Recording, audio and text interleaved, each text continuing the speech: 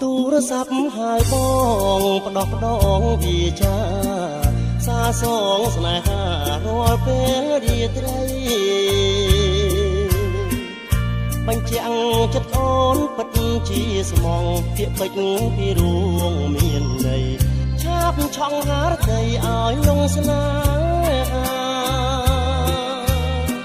ធ្លាប់ស្ដាប់សំដីស្រីផ្អែមស្រទន់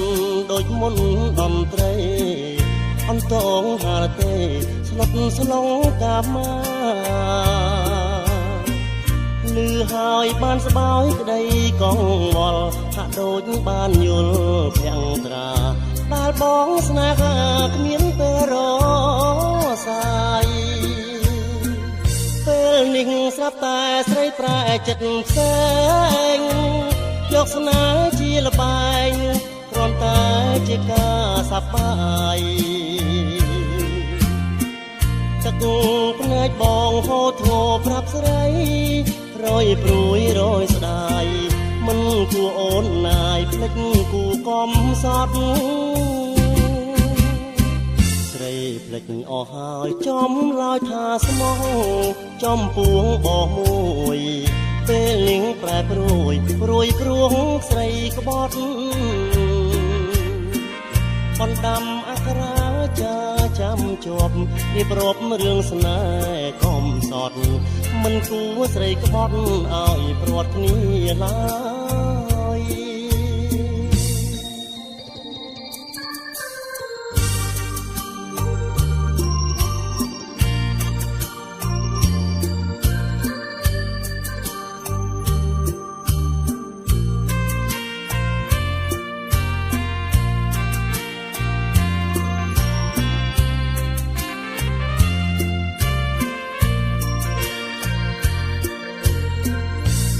នាងស្រាប់តែស្រីប្រែចិត្តផ្សេ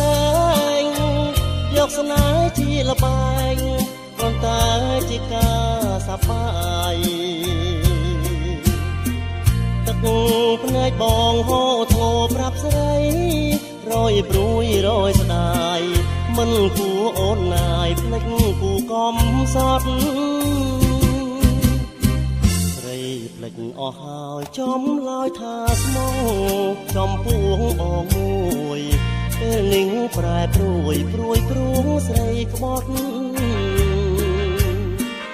បណ្ដាំអក្សរាចាចាំជាប់រៀបរាប់រឿងស្នេហ៍កំសត់មិនគួរស្រីក្បត់ឲ្យព្រាត់គ្នាឡើយ